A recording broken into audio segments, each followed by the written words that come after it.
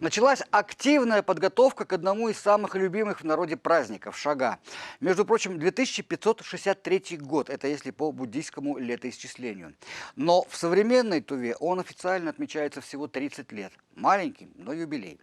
За эти 30 лет в республике сложились свои незыблемые традиции. Люди теперь гораздо лучше разбираются в народных традициях. Одна из них – правила национальной одежды. И на Шага, и для любых других случаев. В республике бум тувинской одежды. Люди становятся все более разборчивыми. Рынок реагирует на спрос. И далее Даяна Мангуш.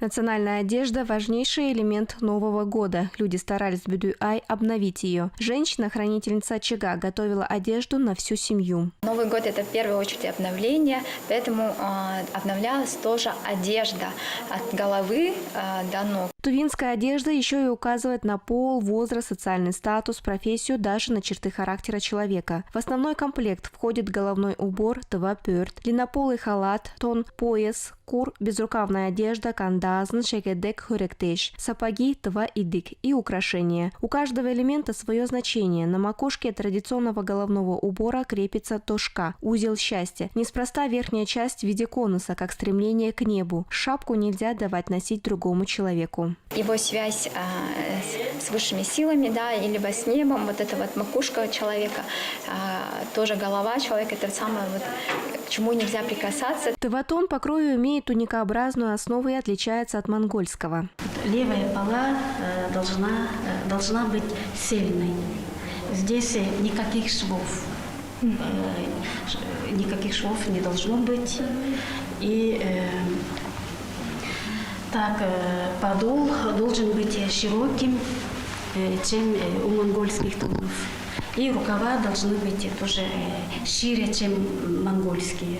Пояс – обязательный и главный компонент национальной одежды. Без пояса разрешалось показываться только беременным и детям. Пояс связан с жизненной силой человека и обычно был красным. Здесь земля или символ матери, символ отца и матери разделяет пояс. Обувь связана с экологией и этикой. Она легкая, удобная и чтобы не повреждать траву и живность. От монгольской тоже отличается. У нашей обуви голенище узкое, аккуратное.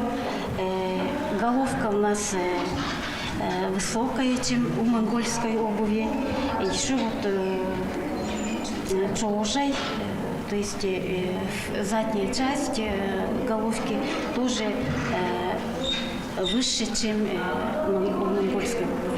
Накануне Шага ажиотаж. Все хотят принарядиться. Граница с Монголией закрыта, возник дефицит. Цены подросли. Во многих организациях появилась даже норма ходить в тувинском. Люди все чаще начали заказывать национальную одежду в современном исполнении, чтобы носить будние дни. На мне сейчас пуховик в национальном стиле. Выполнен он из стеганого синтепона с сохранением элементов тватона. Это воротник, пуговицы и пояс. Заказов много. Средняя цена зимнего мужского комплекта до 50 тысяч рублей, женского до 40 тысяч. Детский комплект зависит от возраста и пола ребенка. В преддверии Шага мужчина заказывает теплые тоны, это из сурка, это из овчины.